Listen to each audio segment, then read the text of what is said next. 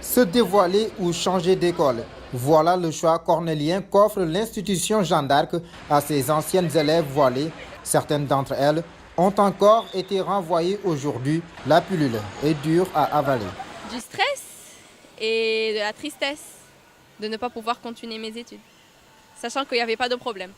J'ai fait un peu humiliée parce que j'étais contente de rentrer à l'école.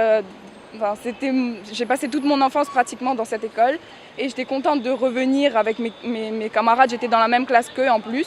Et au moment de rentrer dans la classe, ils nous ont pris de côté devant tout le monde et on s'est senti un peu rejetés. On avait les larmes et ça nous a rendu mal.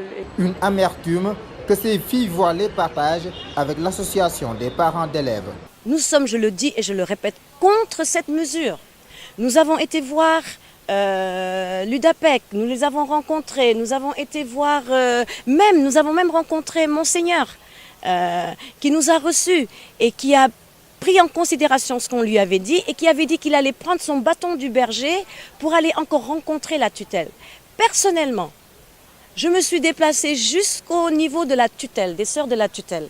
Je leur ai supplié de prendre en considération, de faire un petit compromis, c'est-à-dire d'accepter que ces enfants qui ont fait confiance en Jeanne d'Arc, ces enfants qui ont cru que Jeanne d'Arc était leur maison, parce qu'en plus, Jeanne d'Arc est une école de proximité, c'est des enfants qui habitent autour de Jeanne d'Arc, que ces enfants ne pourront pas comprendre pourquoi ils seront exclus de cet établissement qu'ils ont considéré comme leur établissement.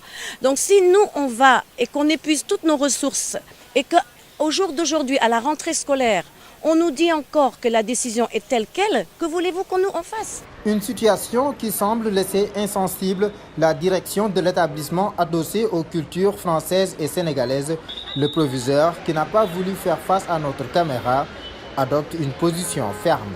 Les élèves qui sont inscrits ou réinscrits au mois de juin ont signé le règlement intérieur de l'école dans lequel nous décrivons la tenue exigée des élèves, filles ou garçons sans distinction. Nous avons demandé aux familles pour lesquelles les enfants n'avaient pas une tenue conforme au règlement intérieur qu'elles avaient signé de bien vouloir se conformer à cette tenue exigée. Nous n'avons pas exclu de filles voilées. Par conséquent, les élèves renvoyés qui tiennent à leur voile songent à un nouvel établissement. Pourtant, nous étions des élèves brillantes. J'avais les vives félicitations du jury pour le conseil de classe.